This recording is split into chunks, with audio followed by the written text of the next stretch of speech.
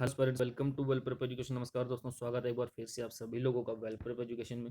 उम्मीद करता हूँ बहुत अच्छी प्रिपरेशन चल रही होगी इग्नू असिस्टेंट रजिस्ट्रार की, राइट। उसी की सीरीज में दूसरा लेक्चर आज जो हम करेंगे, ठीक है। वो टॉपिक्स क्या क्या करेंगे, पहले मैं बता दूं क्या टॉपिक हमने कल कवर किया था। Basic concepts and principle of public administration, right. ये टॉपिक कल हम कर रहे थे और हो भी चुका है, ठीक है। और आज जो हम करेंगे, organisation, hierarchy, unity of command, span of control, coordination, supervision, इस टाइप के जो टॉपिक्स हैं वो क्लियर हो जाएंगे आज की वीडियो में, राइट। तो ऑर्गेनाइजेशन से रिलेटेड बेसिकली जो है आज कवर करेंगे। और एक बात और बता दूं, इग्नू ने हालांकि जो है सिलेबस काफ़ी बिखरा बिखरा दिया हुआ है, कोई भी एक सिक्वेंशियल वे में सिलेबस नहीं दिया हुआ है। तो इसीलिए मैंने सिलेबस को यूनिट्स में डिवाइड किया था, 5 यूनिट्स बना दी थी, ठीक है, उस पूरे सिलेबस की। उसके अकॉर्डिंग हम लोग प्रिपेयर कर रहे हैं, राइट। और जिसको सिलेबस नहीं पता है या जिसने सिलेबस को हमने कैसे यूनिट्स में बांटा है वो नहीं देखा है, वो डिस्क्रिप्शन बॉक्स में जाएंगे और वहाँ से सिलेबस भी डाउनलोड कर सकते हैं आप लोग, जिसको कि मैंने यूनिट्स में डिवाइड किया हुआ। और भी यूनिट 2 चल रहा है पब्लिक एडमिनिस्ट्रेशन का, बता दूं जो नए लोग हैं उनके लिए, ठीक है। पब्लिक एडमिनिस्ट्रेशन का, जिसमें बेसिक कॉन्सेप्ट्स और प्रिंसिपल्स हमने पढ़े थे पिछले वाले लेक्चर के अंदर, राइट। और देखिए थ्योरेटिकल है 150 मार्क्स हैं, ठीक है। 150 मार्क्स टोटल, जिसमें से एक यूनिट पब्लिक एडमिनिस्ट्रेशन है। तो बिल्कुल इसमें से 35 से 40 मार्क्स के क्वेश्चंस देखने के लिए मिल सकते हैं, इसलिए हल्के में नहीं लेने की यार, थ्योरी है कौन पढ़ेगा, राइट। आपको जो भी इंफॉर्मेशन मिलती है कहीं से भी मिलती है, आपको खाली नहीं बैठना है इस 45 डेज के अंदर, खाली नहीं बैठना है। जहाँ पर भी आप देख रहे हैं कि यार हाँ ये इंपॉर्टेंट टॉपिक हो सकता है, तुरंत उसको पढ़िए, ठीक है, चाहे हमारी वीडियो से हो, ठीक है। मैं ये नहीं कहता कि ये सफिशिएंट होगा, बिल्कुल नहीं होगा, ठीक है, क्योंकि देखिए जो पोस्ट है असिस्टेंट रजिस्ट्रार की, वो इतनी छोटी मोटी पोस्ट तो नहीं है कि वहाँ पर आप खाली मतलब थोड़ा बहुत कुछ भी पढ़ के चले जाएंगे तो हो जाएगा, राइट। वहाँ पे आपको डिफरेंट डिफरेंट सोर्सेज कलेक्ट करने पड़ेंगे। और मैं हर बार यही कहता हूँ कि इंटरनेट एक ऐसा सोर्स है जो आपको एकदम सही इन्फॉर्मेशन देगा और एकदम सटीक चीज़ें आपको प्रोवाइड करेगा, ठीक है। आप खुद कलेक्शन बना सकते हैं अपने स्टडी मटेरियल का, ठीक है। बुक्स आप कितनी परचेज करेंगे, हज़ारों बुक्स इकट्ठी हो जाएंगी, ठीक है। तो ऐसा बिल्कुल भी नहीं करना है। अपने आपको थोड़ा सा मॉडर्नाइज करिए और थोड़ा सा इंटरनेट की तरफ आइए, और वहाँ से देखिए चीज़ें कैसे आसान होती चली जाती हैं, ठीक है। और बाकी हमारा साथ आप लोगों के साथ बिल्कुल है, कोई कुछ भी कहता रहे उससे कोई फ़र्क नहीं पड़ता। आप लोगों को बिल्कुल इस एग्ज़ाम की तैयारी करनी है तो करनी है, ठीक है। और जो बाकी आपका सेक्शन ए था, ये सेक्शन बी चल रहा है, ठीक है। सेक्शन ए का जो सिलेबस है वो बिल्कुल सिलेबस का वीडियो वो आप लोगों को मिल जाएगा, वैसे देख लिया होगा आप लोगों ने, लेकिन फिर भी उसको भी कैटेगराइज करेंगे, ठीक है। और कैसे आप लोग उसकी तैयारी करेंगे वो भी बिल्कुल बताया जाएगा, राइट। तो आज स्टार्ट करते हैं ऑर्गेनाइजेशन से। मैंने आपको ये टॉपिक्स इसलिए बताया स्टार्टिंग में ताकि आपको क्लियर हो जाए कि कौन कौन से टॉपिक्स हम कवर कर चुके हैं या करने वाले हैं, ठीक है। तो ऑर्गेनाइजेशन की अगर बात करें, और जो लोग नए हैं बिल्कुल बता दूं, सेक्शन बी है जो 150 मार्क्स का, उसका सब सेक्शन है पब्लिक एडमिनिस्ट्रेशन, उसके अंदर है ऑर्गेनाइजेशन टॉपिक, राइट। तो आज इस टॉपिक को करेंगे और उससे रिलेटेड जो इंटरलिंक टॉपिक्स हैं इसके वो करेंगे, ठीक है। तो ऑर्गेनाइजेशन क्या है, सबसे पहले आपको ये पता होना चाहिए। हिंदी मीडियम वालों के लिए बता दूं कि हिंदी में भी जो है मैं बताता जाता हूँ, ठीक है। तो अब इतना टाइम नहीं हो पाता कि इसको हिंदी में भी लाया जाए, ठीक है, जो डिस्प्ले पे आप देख रहे हैं। लेकिन इंग्लिश में है, कोई बात नहीं, बिल्कुल डरने की ज़रूरत नहीं है, उसको बिल्कुल हिंदी कन्वर्जन भी बताया जाता है। और जहाँ जहाँ पर आपको डाउट हो प्लीज़ आप कमेंट करें, उसको सॉर्ट आउट किया जाएगा, राइट। ऑर्गेनाइजेशन, सबसे पहले ऑर्गेनाइजेशन है क्या, ऑर्गेनाइजेशन का मीनिंग क्या है। Organisation means to organise, to frame and put into working order, ठीक है। मतलब किसी भी चीज़ को आप ऑर्गेनाइज कर रहे हैं, ठीक है, एक सही वे में एकत्र करना उसको, ठीक है, उसकी फ्रेमिंग करना, ठीक है, और एक वर्किंग ऑर्डर में पुट कर देना उसको, किसी भी चीज़ को, ठीक है, कि जो काम कर जाए ऐसे, ठीक है। तो ऑर्गेनाइज यही तो होता है ना ऑर्गेनाइजेशन। कहीं पे भी आप देखें, सपोज कोई शादी समारोह है, ठीक है, वहाँ पर आप गए, तो वहाँ पर आप क्या करेंगे, जाहिर सी बात है बहुत सारी चीज़ें आपको चाहिए। आपको कैटरिंग वाला चाहिए, आपको टेंट वाला चाहिए, ठीक है, आपको उसके लिए जो है मैरिज हॉल चाहिए। तो इन सारी चीज़ों को आप क्या करते हैं, कलेक्ट करते हैं, ऑर्गेनाइज करते हैं और एक वे में फ्रेम करते हैं कि सुबह इतने बजे से इतने बजे तक ये काम होगा, इतने बजे से इतने बजे तक ये काम होगा, फिर रात को 8 बजे बारात आ जाएगी, उसके बाद डिनर होगा, उसके बाद ये होगा, ठीक है। हर चीज़ एक ऑर्गेनाइज्ड वे में करते हैं और फाइनली जो है उसको वर्किंग ऑर्डर में पुट कर देते हैं, लो भैया मैरिज सक्सेसफुल हो गई, राइट। तो यही है कलेक्टिवली काम करना, ठीक है। एक ऐसा प्लान ऑफ एक्शन होता है जो कि किसी एक पर्टिकुलर पर्पज को फुलफिल करता है, ठीक है। और ये बिना कलेक्टिवनेस के नहीं हो सकता, बिल्कुल। जब तक आप कलेक्टिवली काम नहीं करेंगे तब तक ऑर्गेनाइजेशन कभी भी सक्सेसफुल नहीं होती है, या आप ऑर्गेनाइजेशन की तरफ जा ही नहीं सकते हैं, ठीक है। तो ये था मीनिंग ऑफ ऑर्गेनाइजेशन, और ग्लेडन की डेफिनेशन दी हुई है, the pattern of relationships between persons in an enterprise so contribute as to fulfil the enterprise's function, ठीक है। जो एंटरप्राइजर फंक्शन है उसको फुलफिल करने के लिए, ठीक है, लोगों का बीच में एक ऐसा रिलेशनशिप, ठीक है, लोगों के बीच का ऐसा रिलेशनशिप जो फाइनली जो एंटरप्राइज है, जिसका जिसका भी ऑर्गेनाइजेशन है, उसके पर्पज को फुलफिल कर रहे हैं आप, ठीक है। तो ये है ग्लेडन की डेफिनेशन, ठीक है। तो डिफरेंट डिफरेंट मीनिंग्स हो सकती हैं ऑर्गेनाइजेशन की, ठीक है। और इसको कैसे आप डिफाइन कर सकते हैं, 3 वेज में जो है डिफाइन करना बहुत ईजी है। The act of designing the administrative structure, ठीक है, ऑर्गेनाइजेशन कह सकते हैं आप कि एक ऐसा एक्ट है जिसमें आप एडमिनिस्ट्रेटिव स्ट्रक्चर को डिफाइन करेंगे, ठीक है, कि हाँ भैया कौन क्या करेगा, कौन क्या करेगा, एक एडमिनिस्ट्रेटिव स्ट्रक्चर बना दिया आपने, इस लेवल पर ये होगा, इस लेवल पर ये काम होगा, right. Second one is both designing and building the structure, कहीं ना कहीं सेम चीज़ है, डिजाइन करना और बिल्ड करना, ठीक है। Third one is the structure itself, और जो भी स्ट्रक्चर है ऑर्गेनाइजेशन का, ठीक है। तो कहने का मतलब ये तीनों चीजें आ जाएंगी इसकी डेफिनेशन के अंदर, ठीक है। अब आगे बढ़ते हैं, functions of organisation. One of the most important aspect of organisation is to enlarge the resources and opportunities of those for whom an organisation is established, right. कि किसी भी ऑर्गेनाइजेशन के लिए आप अगर काम कर रहे हैं, उसके रिसोर्सेज को बढ़ाना, उसकी अपॉर्चुनिटीज को बढ़ाना, ठीक है, जिस पर्पज के लिए वो ऑर्गेनाइजेशन बनी है एक्चुअली, ठीक है। तो फाइनली ये सबसे इंपॉर्टेंट एस्पेक्ट है। The idea of change is very much associated with it, for without changes an organisation can not function effectively. आपको पता है किसी भी ऑर्गेनाइजेशन में चेंज बहुत ज़्यादा जरूरी है। अगर आप पुराने ढर्रे पर चल रहे हैं तो आप बिल्कुल गलत हैं। जब तक आप चेंजेस नहीं लाएंगे तो एक ऑर्गेनाइजेशन प्रॉपरली फंक्शन नहीं कर पाएगा, आपको बिल्कुल पता होगा, ठीक है। जैसे अब शादियों का ही सीजन है तो बात कर लेते हैं, जैसे पुराने टाइम में क्या होता था, कैसे बैंड्स होते थे, कैसा क्या होता था। अगर आप आज भी उसी सिस्टम पे चलेंगे तो बिल्कुल मजा नहीं आएगा, देखने वाले भी आएंगे अरे यार ये क्या ओल्ड ट्रेडिशन पे चल रहा है, राइट। तो आपको बिल्कुल नया बनना पड़ेगा, ठीक है, चेंजेस लाने पड़ेंगे ऑर्गेनाइजेशन के अंदर, राइट। आगे बढ़ते हैं। तो फंक्शंस की अगर बात करें, मेजरली डिवाइड किया गया फंक्शंस को 4 पार्ट्स में, ठीक है। डिवीजन ऑफ वर्क, ठीक है, किसी भी ऑर्गेनाइजेशन में डिवीजन ऑफ वर्क बहुत जरूरी है कि भैया ये आप ये काम करोगे, ये आप काम करोगे, तो सुपीरियर्स हैं वो क्या करते हैं, वर्क को डिवाइड कर देते हैं।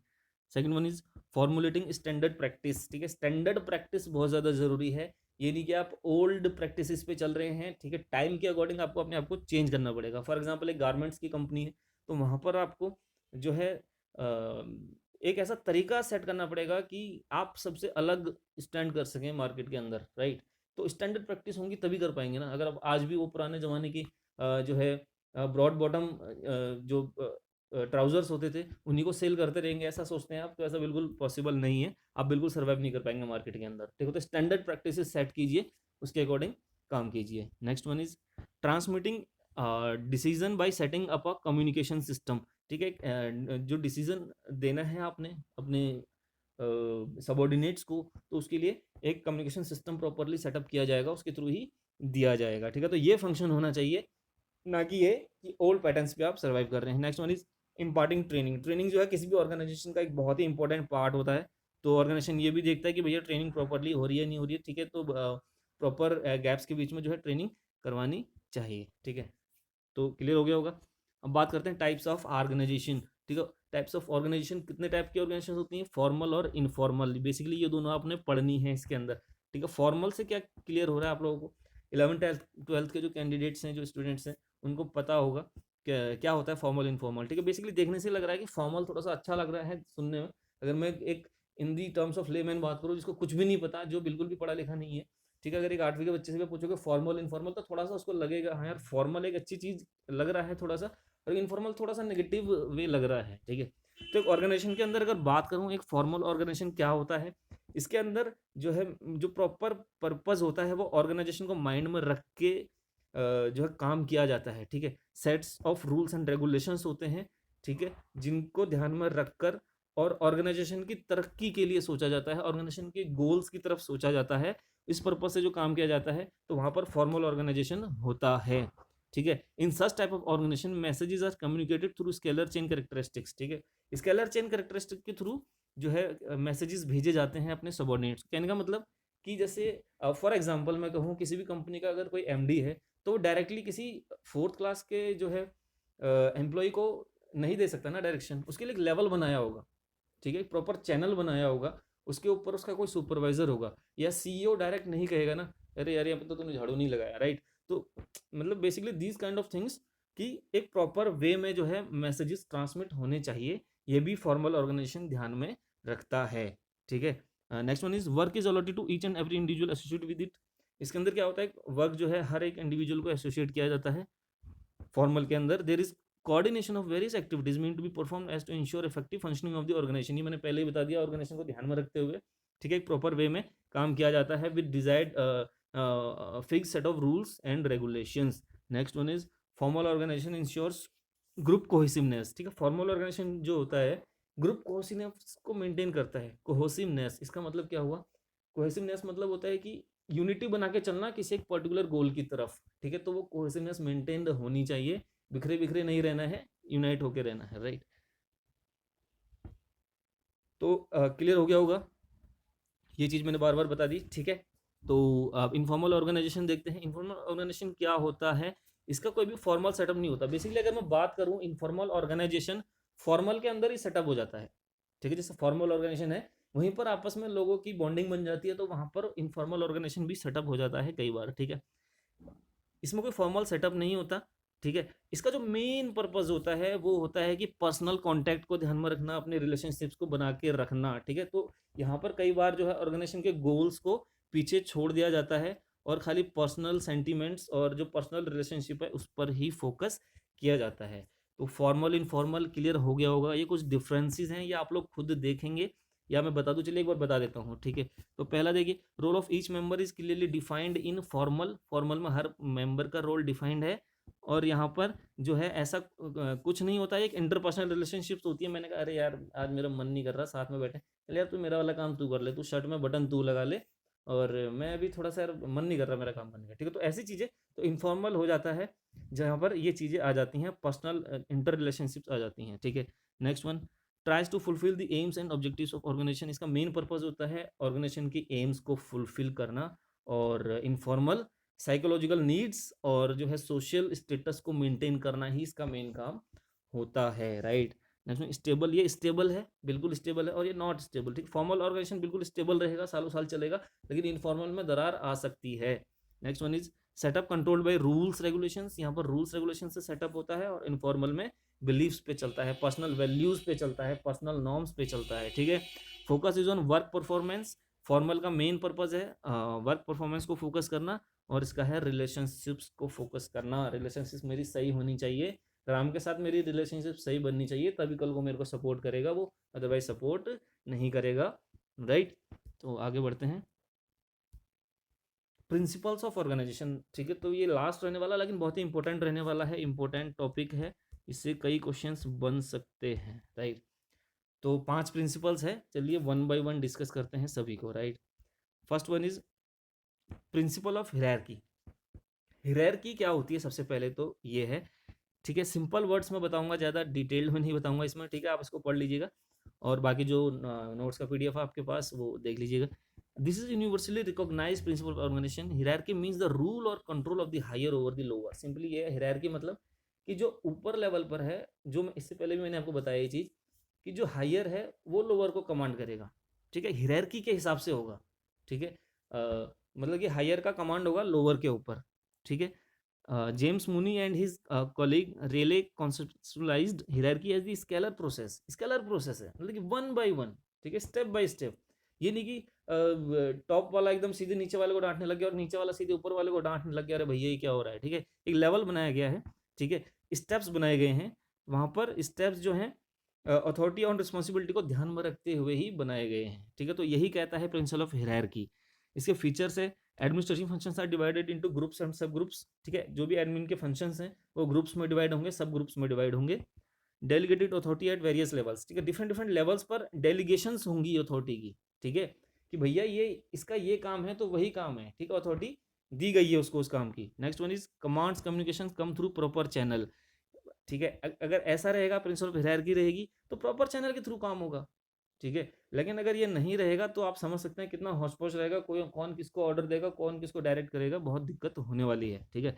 Last one is contribution, combination of authority and responsibility. Authority और रिस्पॉन्सिबिलिटी का कॉम्बिनेशन होना चाहिए, ठीक है। ये नहीं कि मैंने सफाई वाले से कहा अरे यार तू आज जो है शर्ट में बटन लगा दे, चल कोई बात नहीं, ठीक है, तो वहां पर सब गड़बड़ा गया, ठीक है। तो अथॉरिटी रिस्पॉन्सिबिलिटी ये मेंटेन्ड होनी चाहिए, इसका कॉम्बिनेशन बना रहना चाहिए गाइज, राइट। आगे बढ़ते हैं। Span of control, span of control को भी सिंपल लैंग्वेज में अगर बताऊं कि यहाँ पर जो है ऐसे इश्यूज से डील किया जाता है कि कितने नंबर ऑफ सबऑर्डिनेट्स को एक ऑफिसर डील करेगा, ठीक है, कितने नंबर ऑफ जो छोटे लेवल के जो कर्मचारी हैं उनको जो है एक सुपीरियर ऑफिसर डील करेगा, ठीक है। तो इसके अंदर जो है इसको कांटेक्ट बना के रखना पड़ता है अपने सबऑर्डिनेट से, ठीक है। सपोज आप कोई सुपरवाइजर हो, आपको एक कंट्रोल बनाना है कि यार मैं कैसे कंट्रोल करूंगा इस चीज को, वो आप, और सबसे पहले वो डिपेंड करेगा आपके पर्सनल, कि आप पर्सनली कैसे हैं, उस चीज के ऊपर भी डिपेंड करेगा ये चीज कि आप कैसे हैं, ठीक है, कि आप किस तरीके से कंट्रोल करेंगे अपने सबऑर्डिनेट्स को। तो पहला है जैसे अगर इसके कुछ डिटर्मिनेंट्स की अगर मैं बात करूं, नेचर ऑफ फंक्शंस, ठीक है, it refers to the type of work to be supervised. बिल्कुल डिपेंड करेगा, ये एक ऐसा फैक्टर है कि आपको देखना है कि यार कैसा, आपको कंट्रोल की ज़्यादा जरूरत पड़ेगी अगर काम बहुत ज़्यादा है, ठीक है, बहुत ज़्यादा काम हो रहा है, बार बार रिपीट हो रहा है बहुत, ठीक है, एक होमोजीनिसिटी बनी हुई है, ठीक है, तो वहां पर को आपको जो है कंट्रोल ज़्यादा करना पड़ेगा इन कंपेरिजन टू अगर कम काम है तो, ठीक है। Second one is time, it refers to the age of organisation. Simply देखिए टाइम भी बिल्कुल फैक्टर है, अगर कोई नई ऑर्गेनाइजेशन है वहां पर आपको ज़्यादा टाइम देना है, वहां पर आपको ज़्यादा कंट्रोल करना है अपने सबऑर्डिनेट्स पर, इन कंपैरिजन टू अगर पुरानी ऑर्गेनाइजेशन होगी तो उन लोगों को भी पता है यार हमें काम करना ही करना है, किस तरीके से करना है वो उनको पता होता है। लेकिन एक नई ऑर्गेनाइजेशन में टाइम बहुत ज़्यादा आपको जो है कंट्रोल बहुत ज़्यादा देना पड़ेगा टाइम के अकॉर्डिंग, राइट।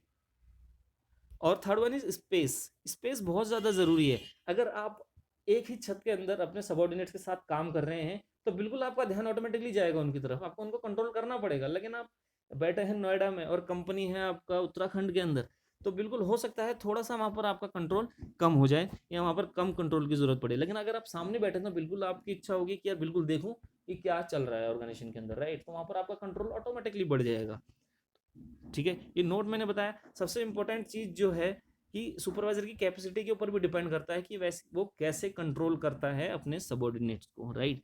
तो ये भी बहुत इंपॉर्टेंट टॉपिक है और दिमाग में बिल्कुल इसे बैठा लीजिए, बिल्कुल पूछे जा सकते हैं क्वेश्चंस इससे, राइट।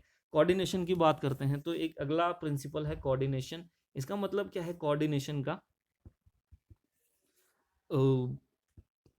समझ ही गए होंगे, सभी को पता है बेसिकली, अगर टेक्निकल वे में ना बात करूं, लेमैन की लैंग्वेज में बात करूं, कि एक ऐसा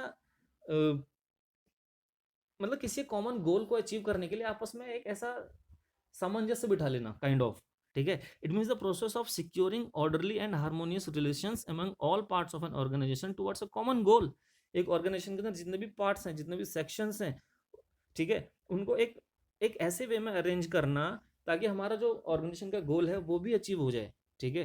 तो क्लियर हो गया होगा, ठीक है। अगर सिंपली बात करें तो ऐसे अरेंजमेंट्स एक ऐसे तरीके से बनाना किसी भी ऑर्गेनाइजेशन के अंदर जो कि एक स्पेसिफाइड गोल को पूरा करते हो, ठीक है, यही है आपका कोऑर्डिनेशन, राइट। कोई डाउट हो प्लीज कमेंट करें और उम्मीद करता हूँ क्लियर हो गया होगा। फिर है सुपरविजन, सुपरविजन बहुत ईजी है, सुपरवाइज करना ही सुपरविजन है, ठीक है। Guiding and directing efforts of employees and other resources to complete stated work outputs, ठीक है, जो भी आपको आउटपुट चाहिए उसको अचीव करने के लिए आपको अपने गाइड करना है अपने एम्प्लॉयज़ को, यही है सुपरविजन, ठीक है। Supervision denotes the power of superior of supervising the work of others as well as guiding them, ठीक है। सुपरवाइजर का मतलब क्या हुआ कि सुपरविजन का मतलब क्या हुआ कि ऐसे एक सुपीरियर, एक ऐसे ऑफिसर की पावर जो कि अपने नीचे जो लोग हैं उनको गाइड भी कर रहा है और उनसे काम भी निकलवा रहा है, उनका काम भी देख रहा है कैसे करना है, ठीक है। तो जो एक इसमें इंपॉर्टेंट चीज़ ये है कि सुपरविजन जो है पॉजिटिव भी हो सकता है और नेगेटिव भी हो सकता है, ठीक है। पॉजिटिव कब होता है कि भाई आप अपने ऑर्गेनाइजेशन के गोल्स को अचीव करवाने के लिए काम कर रहे हैं तो बिल्कुल आप पॉजिटिव हैं, ठीक है। और एक नेगेटिविटी आती है यहाँ पर, नेगेटिव तब हो जाता है कि भाई आप डायरेक्ट कर रहे हैं किसी को, इन्वेस्टिगेट कर रहे हैं, सुपरवाइज कर रहे हैं अपने कर्मचारियों को, ठीक है।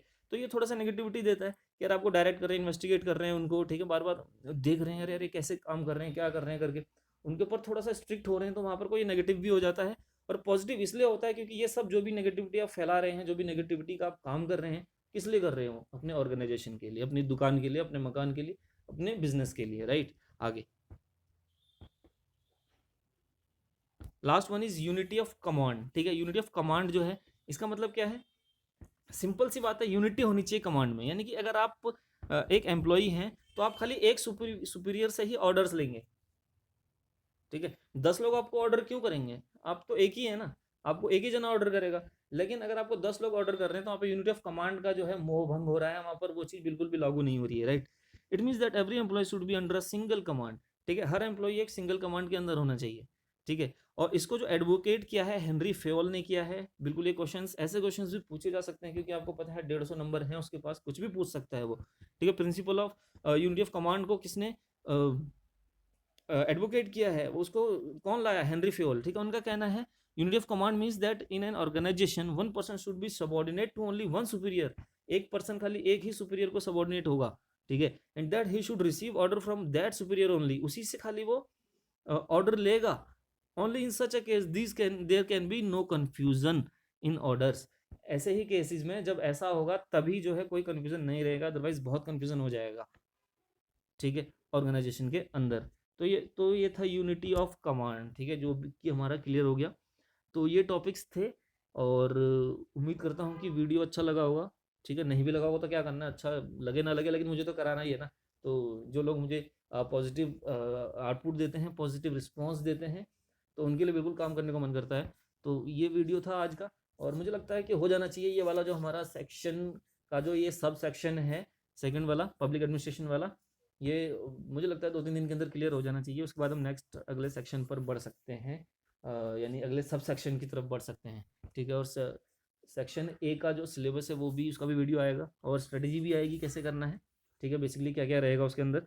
तो ये सारी चीज़ें थी आज के वीडियो में जो क्लियर हो गई होंगी, और कोई डाउट हो प्लीज़ कमेंट करें, एंड उसका रिस्पॉन्स करने की कोशिश की जाएगी, अगर रिस्पॉन्स करने लायक कमेंट होगा तो, right. So all the best guys, bye bye, take care, मिलते हैं अगले लेक्चर में कल को, right. All the best, bye bye.